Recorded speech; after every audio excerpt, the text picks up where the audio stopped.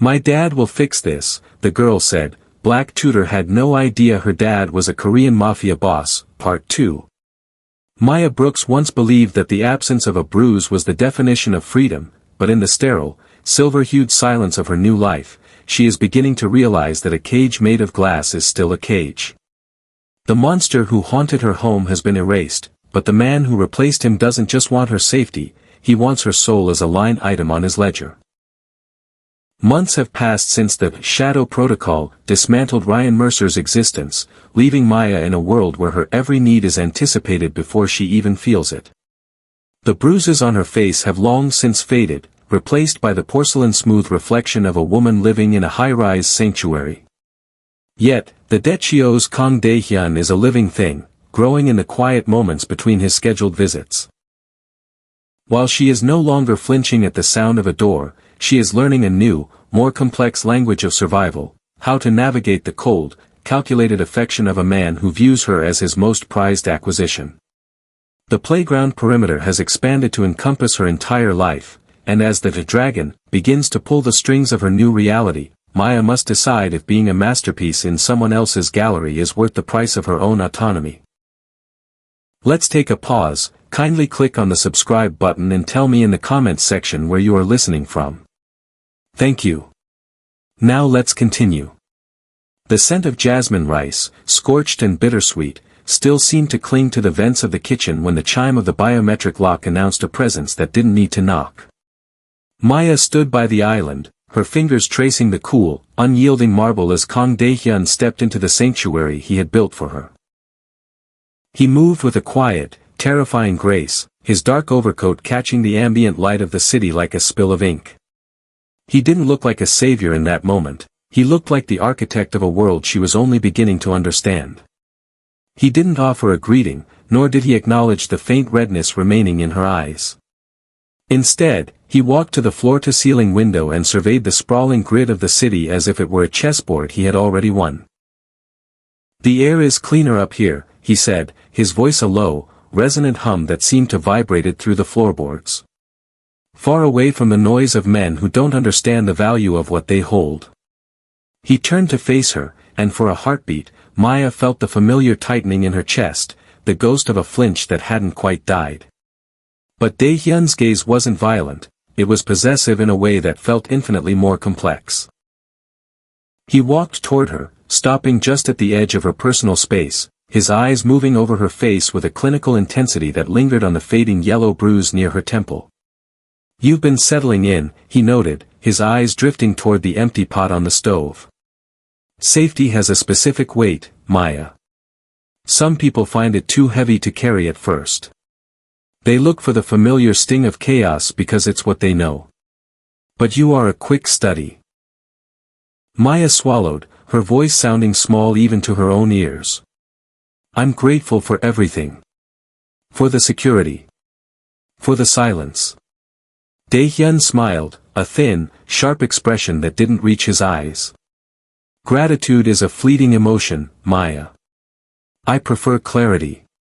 He reached into his coat and produced a velvet box, placing it on the marble between them. He didn't open it. "I did not remove the obstacles from your life as an act of charity. I am not a man who gives gifts without purpose. I invested in you because I saw a vacancy in my own world, a need for a certain kind of poise, a specific narrative of restoration that only someone with your history can project." He leaned in, the scent of sandalwood and cold rain enveloping her once more. "This protection you enjoy, the closure of every door Ryan Mercer ever tried to open, it wasn't a gift. It was a down payment. You were a woman in a storm, and I provided the lighthouse. Now, it is time for the lighthouse to be seen." He finally flipped the lid of the box, revealing a necklace of emeralds that looked like drops of frozen forest fire. "There is a gala tomorrow night. A gathering of people who believe they run this city. I want you by my side. Not as a guest, and certainly not as a victim. You will be the living proof of my domestic power, the woman I chose to rebuild." The word rebuild felt like a brand. Maya looked at the jewels, then at the man who had bought her freedom only to charge her for the air she breathed. The contract was no longer unspoken, it was laid bare on the marble. She was the trophy in his gallery, the symbol of a dragon who could not only destroy but also create. "You will wear the dress that has already been delivered to the bedroom," he said, his tone shifting back to that of a polite commander. "You will speak when I signal, and you will smile as if this apartment was the only home you've ever known. This is the debut of our new reality, Maya. Make sure you play the part as well as you write your scripts." He turned to leave, his silhouette momentarily blocking the city lights. At the door, he paused, not looking back. "And Maya? Don't burn the rice again. I expect perfection in the things I protect." The click of the lock was final, leaving her alone in the silent, shimmering cage. Maya looked at her reflection in the dark glass of the window. The bruises were gone, but as she reached out to touch the velvet box, she realized that the price of never flinching again was learning how to never truly be herself. The grand ballroom of the Gilded Heights was a cathedral of light and artificial laughter, where the air was perfumed with expensive champagne and the metallic tang of old money. Maya moved through the crowd like a ghost haunting her own body, the emeralds at her throat feeling less like jewelry and more like a high-tension wire. Every step in her silk gown was a practice performance, her arm linked with Kang Dae-hyun's as he navigated the sea of corporate predators with the easy dominance of a king. He didn't introduce her as a partner. He presented her as a centerpiece, his hand resting on the small of her back with a proprietary weight that signaled to everyone in the room that she was his most successful acquisition. They were near the champagne fountain when the polished facade of the evening cracked. A woman in a shimmering silver cocktail dress stepped out from a cluster of lobbyists, her eyes widening as they landed on Maya. It was Sarah, a fellow teacher from the district Maya had fled weeks ago. A woman who had once shared lesson plans and cheap coffee in the faculty lounge while Maya hid her bruises behind thick layers of foundation. "Maya? Maya Brooks?" Sarah's voice was a jagged intrusion into the curated symphony of the gala. She reached out, her hand hovering near Maya's arm. "We've been so worried. You just disappeared. No resignation, no forwarding address." The school board didn't know what to tell the parents. The world seemed to tilt. For a heartbeat, Maya wasn't a socialite in an emerald necklace, she was the woman in the green shirt, leaning down to reassure a student that everything would be fixed. She felt the sudden, desperate urge to reach out, to ask about the children, to anchor herself back to the reality where she was defined by her work rather than her protection. I had a change in circumstances," Maya stammered, her voice thin. Before Sarah could respond, the pressure of Dae-hyun's hand on Maya's back increased, not enough for anyone else to notice, but enough to remind Maya of the biometric locks and the 90-second resolutions. "Maya is currently dedicated to more private endeavors," Dae-hyun intervened, his voice a smooth, lethal velvet. He didn't look at Sarah, he looked through her. "Her time is fully committed to the Brooks Kong Foundation. I'm sure you understand the demands of such a transition." Sarah flinched, the coldness in Dae-hyun's gaze acting as a physical barrier. "Of course. We missed you, Maya. Even Ryan came by looking for you, asking if Mr. Mercer is no longer a factor in Ms. Brooks' life," Dae-hyun snapped, the temperature in the room seemingly dropping 10 degrees. "The past has been settled. It would be wise to leave it there." With a subtle but absolute pivot, Dae-hyun steered Maya away, his pace brisk and unyielding. They retreated into a secluded alcove near the balcony, away from the prying eyes of the ballroom. He turned to her, his expression a mask of disappointment that hit harder than any of Ryan's screams ever had. "You let the noise back in," he whispered, his eyes dark with a terrifying clarity. "She was just a friend, Dae-hyun," Maya pleaded, her heart hammering against the emeralds. "She was part of my life. You have no life before me, Maya. Not anymore." He reached into his pocket and pulled out his encrypted tablet, flicking it open to a document labeled, "The Ryan File." He scrolled past the bank records and the markers he had bought. He stopped at a folder she hadn't seen before, "Social Network Liquidation." Inside were names, Sarah's name, her sister's name, the names of parents from her school. Each one was marked with a status: compromised, isolated, or silenced. The realization was a cold blade to the gut. He hadn't just removed Ryan. He had methodically severed every thread that connected her to her true history. He wasn't protecting her from a man, he was isolating her from her own identity to ensure that he was the only source of truth she had left. The Ryan file wasn't a record of her rescue, it was a blueprint for her imprisonment. He had used her past as a weapon to ensure she could never go back, turning her life into a script where he owned the copyright to every character.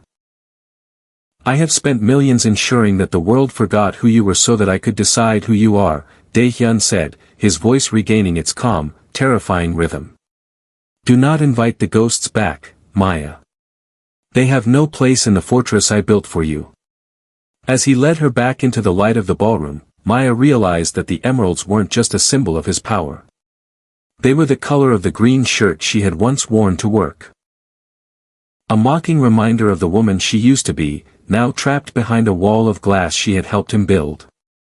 The heavy, emerald-laden atmosphere of the gala had left a residual chill in Maya's bones that no amount of central heating could thaw.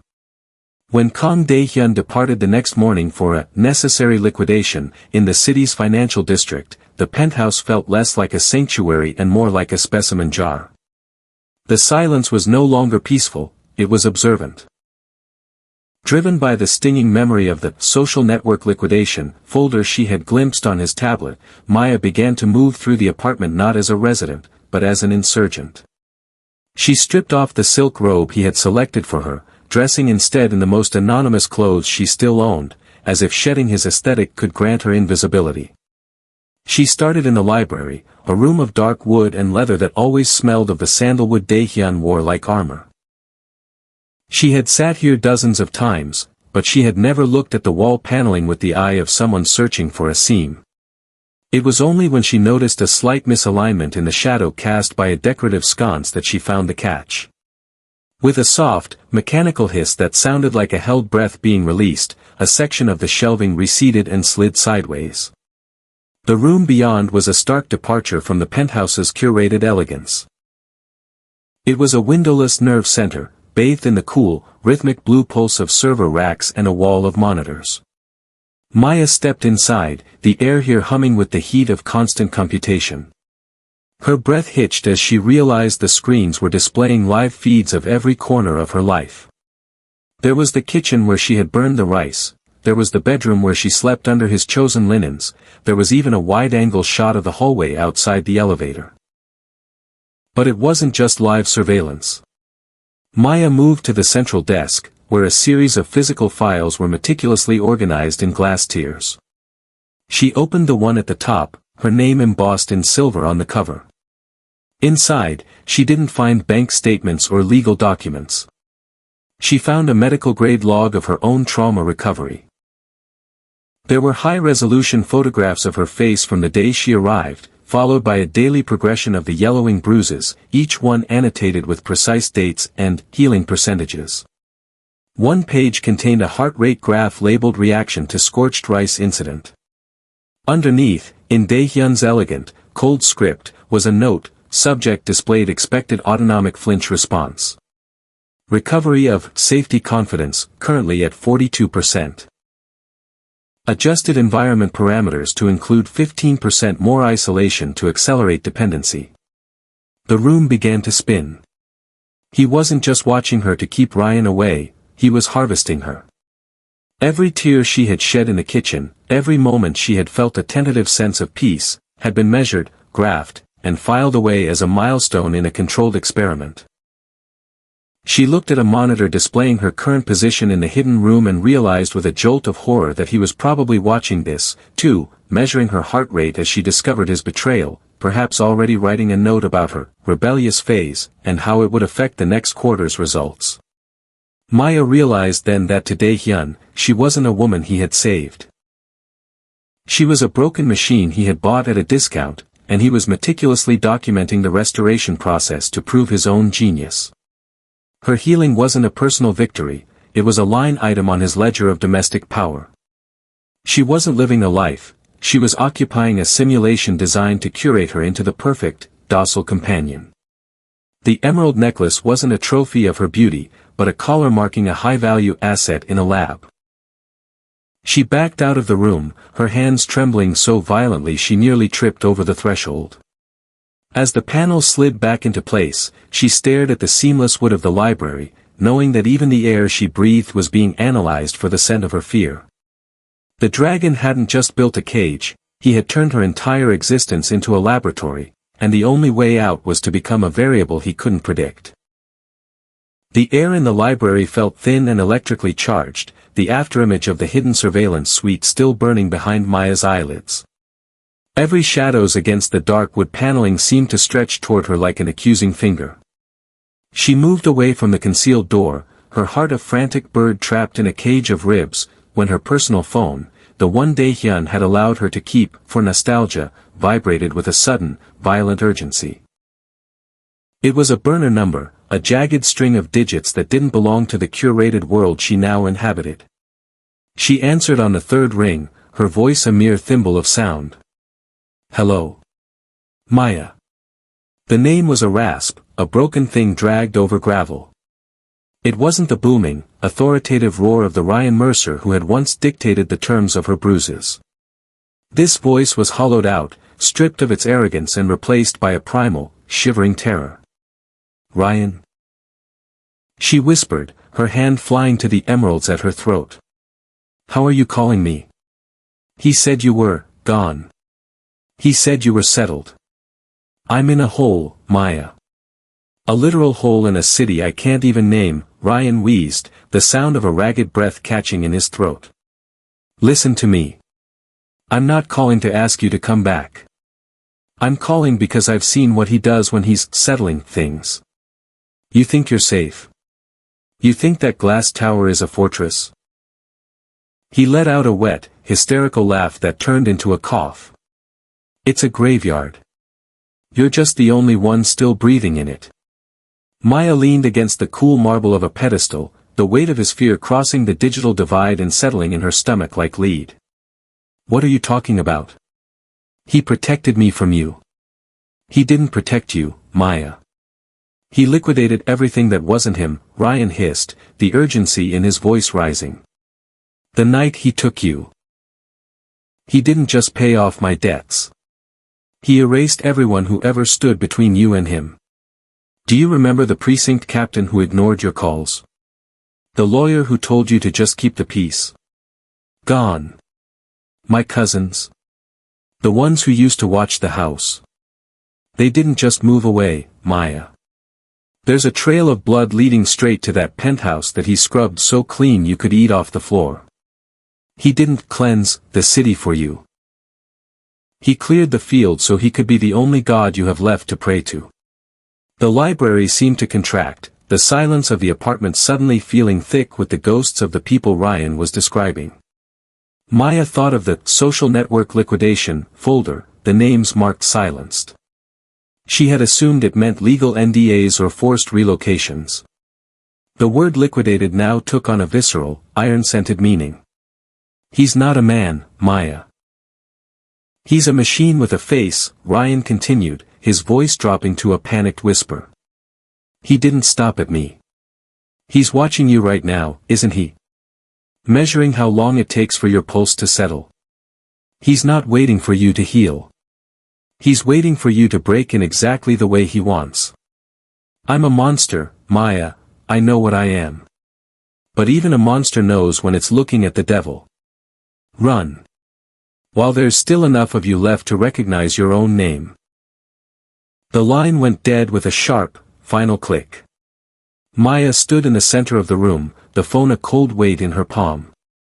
The apartment, once a miracle of architectural peace, now felt like a slaughterhouse with a fresh coat of white paint. She looked at the monitor on the wall, the one showing the empty hallway. She realized now that the safety Daehyun provided wasn't the absence of violence, it was the monopolization of it. He hadn't saved her from the fire. He had simply become the flame, burning away every bridge, every friend, and every witness until there was nothing left but the two of them in a sky-high void. She turned toward the bedroom, her eyes landing on the dress he had chosen for her, a garment designed to make her look like a masterpiece. It wasn't a dress. It was a shroud.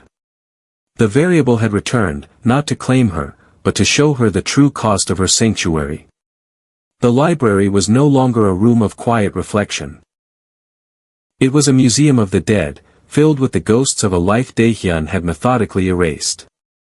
Ryan's voice, hollowed by a fear that felt more honest than any of Daehyun's calculated comforts, stayed with Maya like a cold draft that wouldn't dissipate. She stood in the center of the plush rug, staring at the invisible line where the library's shelving became a door to a surveillance suite. She knew now that the penthouse wasn't a sanctuary, and she wasn't a partner. She was a project. If she was ever to reclaim the woman who had worn the green shirt and lived for the laughter of her students, she had to stop being a predictable data point in his experiment. The first act of sabotage was small, almost accidental in its appearance. Daehyun's security protocol required a biometric safety ping every 2 hours whenever he was out of the building. It was a simple thumbprint on a sleek, dedicated device in the kitchen, a digital, "I am here, and I am docile."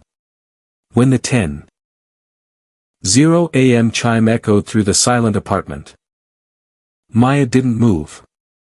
She sat in the library, her hands folded in her lap, watching the seconds tick by on the antique grandfather clock. 10 minutes passed. Then 20. The silence of the penthouse seemed to thicken, the air growing heavy with the unspoken weight of his observation. She could almost feel the algorithms in the hidden room shifting, recalculating her stability percentage, as the absence of her thumbprint created a jagged hole in the data.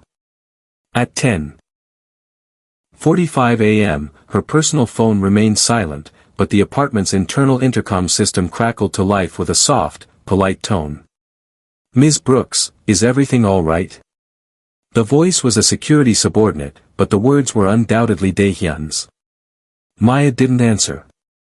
Instead, she stood up and walked to the primary elevator, the one that required a facial scan he had gifted her for her convenience. She didn't head for the high-end boutiques or the private park where his security detail usually shadowed her from a respectful distance. Instead, she took the subway, a place of grit and unpredictable noise that Daehyun had specifically flagged as high risk in her recovery profile. She got off at a station in a neighborhood that smelled of rain-slicked asphalt and cheap spices, miles away from the polished glass of the financial district.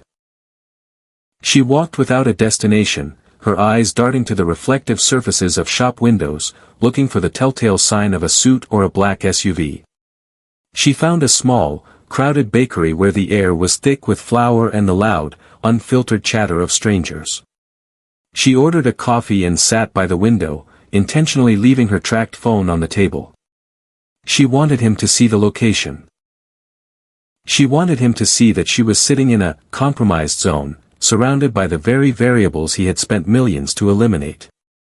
For 3 hours, she vanished into the anonymity of the crowd, refusing to check in, refusing to be the masterpiece he had curated. When she finally returned to the penthouse at sunset, the atmosphere was different. The lights weren't dimmed to her preferred, calm, setting, they were at full, surgical brightness. Daehyun was standing by the floor-to-ceiling windows, his back to the room. He didn't turn when the elevator doors hissed shut. "You missed 4 check-ins, Maya," he said, his voice so quiet it was almost a whisper, yet it carried the weight of a falling guillotine. "You went to a district that hasn't been swept in months. You sat in a public space for 182 minutes. I wanted to see the city," she replied, her voice steady despite the tremor in her soul. "I wanted to see if I was still allowed to be part of it." He turned then, and for the first time, the ice in his eyes was replaced by a flickering, dark heat. It wasn't the heat of passion, it was the fire of a predator realizing his prey had stopped running and started thinking. He walked toward her, the distance between them closing with a predatory grace that made the library feel like a cage once more. He didn't touch her, but he leaned in until he was occupying her entire field of vision. "The safety plan is not a suggestion, Maya. It is the boundary between your existence and the void I pulled you from," he said, his hand reaching out to touch the emerald necklace, his thumb brushing against the skin of her throat. Do not mistake my patience for a lack of resolve. If you break the glass of this life, you are the one who will bleed, not me. Maya looked into the dragon's eyes and saw the truth. His fire wasn't cold. It was a white-hot obsession that burned away everything it couldn't control. The crack in the glass had been made, and now she just had to wait for the entire structure to shatter. The air in the penthouse had reached a static, electric thinness, as if the oxygen itself was being withdrawn to accommodate the presence of the man standing by the window. Maya's defiance had left a visible tremor in the curated perfection of the apartment. The silence was no longer a sanctuary, but a vacuum. When she finally turned from the library to retreat toward her bedroom, she found the path blocked. Kang Dae-hyun didn't move quickly, but he occupied the space with the absolute authority of a mountain. The soft, elegant mask of the benefactor had finally eroded, and underneath sat the raw, ancient iron of the dragon. You speak of freedom as if it were a birthright you lost, Maya, rather than a privilege I granted, he said, his voice dropping to a low-frequency vibration that seemed to rattle the very bones in her chest. He didn't raise his hand, but the intensity of his focus was a physical weight, forcing her back until her shoulders hit the cold, unyielding surface of the marble pillar. He stepped into her perimeter, his face inches from hers, the scent of sandalwood replaced by the cold, metallic tang of an approaching storm. Do you truly believe that bakery in the rain was your reality? He whispered, his eyes dark with a terrifying, clinical clarity. You think those strangers in the crowd saw you? They didn't see the woman who was bleeding behind 3 layers of concealer. They didn't see the teacher who was one bad Tuesday away from a shallow grave. The world you want to return to is a world that watched you break for 11 months and did nothing but offer you a faculty lounge and a sympathy nod. Maya tried to look away, but he caught her chin, not with the clumsy violence of Ryan, but with a terrifying, steady grip that allowed for no deviation. I didn't just save you from a man, Maya. I saved you from the indifference of your own life. I bought your debts, I erased your monsters, and I built a fortress where your only job is to exist in peace. And yet, you go looking for the dirt. You go looking for the noise. He leaned in closer, his breath cool against her cheek, his voice a razor-sharp thread. The safety you resent is the only thing keeping you from becoming a statistic. Without me, you are a ghost haunting a school district that has already replaced your name on the door. With me, you are a queen in a kingdom of glass. But queens do not wander into subways. Queens do not miss their check-ins. He let go of her chin, but he didn't move back. The heat of his presence was overwhelming, a suffocating demand for total, unquestioning surrender. I am done being the polite observer of your recovery. You will realize that the glass of this life is not a cage, but a shield. And if you choose to throw yourself against it again, I will not be there to catch you when you fall. I will be the one who ensures you never reach the ground. The ultimatum hung in the air, cold and absolute. Dae-hyun wasn't asking for her gratitude anymore, he was demanding the total liquidation of her will. He wanted her to understand that her autonomy was a luxury he had bought and could just as easily revoke. He stared at her, waiting for the flicker of compliance, for the moment her spirit finally bowed to the weight of his protection. Total loyalty, Maya, he murmured, his thumb brushing over the emeralds at her throat, a gesture that felt like a slow-motion strangulation. Not because you owe me your life, but because you have nowhere else to go. The bridge to your old world didn't just burn. I dismantled it, piece by piece, to make sure you stayed where you belong. With me. He turned and walked away, the click of his shoes on the hardwood sounding like the final turn of a key in a lock. Maya stayed against the pillar, her breath coming in shallow, jagged gasps, realizing that the dragon hadn't just saved her from the fire, he had consumed her entire world until he was the only thing left to see. The weight of Dae-hyun's ultimatum lingered in the penthouse like the ozone before a lightning strike, a constant reminder that her world had been compressed into a single, high-altitude point of control. Maya lay in the darkness of the master suite, her eyes tracking the tiny, rhythmic pulse of a hidden camera's infrared light on the ceiling. She realized then that Ryan was right. Dae-hyun wasn't just a man, he was a machine of absolute logic. To fight him with emotion, or to run with the frantic energy of a victim, was a strategy he had already calculated to its inevitable conclusion. He expected her to rebel, he had likely already graphed the recovery dip her defiance represented. To escape the dragon, she had to stop being a character in his narrative and start being the one holding the pen. She began her exit strategy, not with a packed bag, but with a script. As a writer, she knew that the most believable lies are built on a foundation of established truth. She began to feed his surveillance suite a series of meticulously curated plot points. Every morning, she sat in the library and opened her laptop, but instead of her usual scattered notes, she began writing a new, digital diary. She knew he was keylogging her every stroke, so she wrote about her growing realization of his wisdom. She documented her shame over the subway excursion and her gratitude for the emerald collar. She was writing the very redemption arc he wanted to see, a slow-motion surrender that she knew his algorithms would flag as a successful restoration of his domestic power. While her digital persona bowed to his will, Maya began the physical work of sabotaging his certainty. She knew the surveillance system in the penthouse was designed to recognize patterns. To mask her true intentions, she introduced white noise into her daily routine. She began taking long, scalding baths at irregular hours, knowing the steam and the closed door created a minor blind spot. In those humid minutes, she didn't just wash away the scent of his sandalwood, she studied the architectural blueprints of the building she had accessed through a research portal for a crime syndicate story she claimed to be writing. She looked for the veins of the building. The service elevators, the trash chutes, and the subterranean delivery bays that bypassed the facial recognition lobby. She began to plant the false leads. During her approved walks in the private park, she would accidentally leave behind notes in the trash, half-finished scripts that hinted at a plan to flee to her sister's home in Vermont. She knew his men would find them, and she knew Dae-hyun would divert resources to monitor the Vermont border. She was creating a phantom version of herself, a Maya Brooks who was predictable, scared, and heading north. In reality, she was slowly siphoning small amounts of cash from the domestic allowance he provided, hiding the bills inside the hollowed-out spine of an old screenwriting manual in the library. The most difficult part of the script was the emotional performance. She had to look him in the eye every evening and offer a smile that looked like it was slowly regaining its warmth. She had to let him touch the emeralds without flinching, pretending that the collar no longer felt like a noose. She was directing her own life, managing the pacing and the tension to ensure the climax occurred on her terms, not his.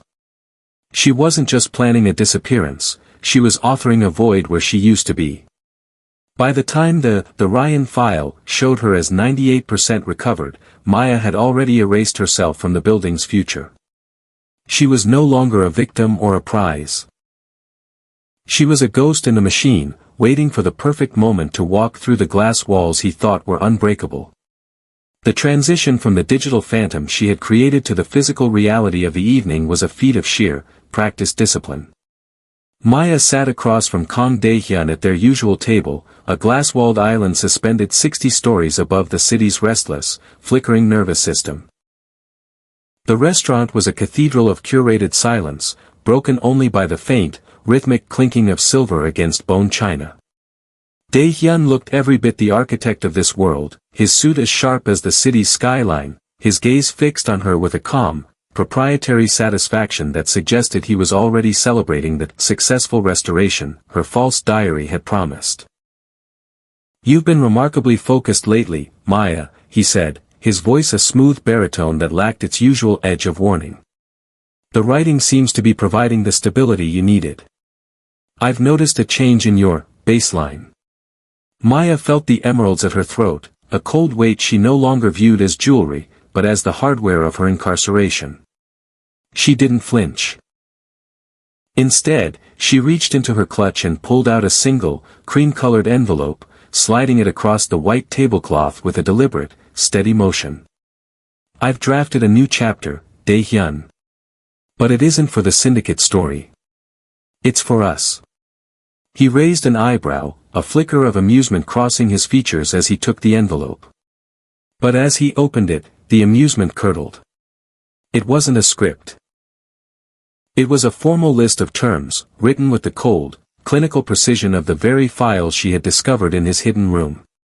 She had included her own heart rate graph from the morning she found the surveillance suite, annotated with her own commentary on his adjusted environment parameters. "I know about the room, Dae-hyun," she said, her voice a low, unwavering thread that cut through the ambient jazz of the restaurant. "I know about the safety confidence percentages. I know you didn't just save me, you've been engineering me. You've been treating my healing as a controlled experiment in dependency." The silence that followed was visceral. The air between them seemed to crystallize, the city lights outside blurring into a meaningless backdrop. Dae-hyun didn't look angry, he looked fascinated, as if a piece of his laboratory equipment had suddenly developed a voice.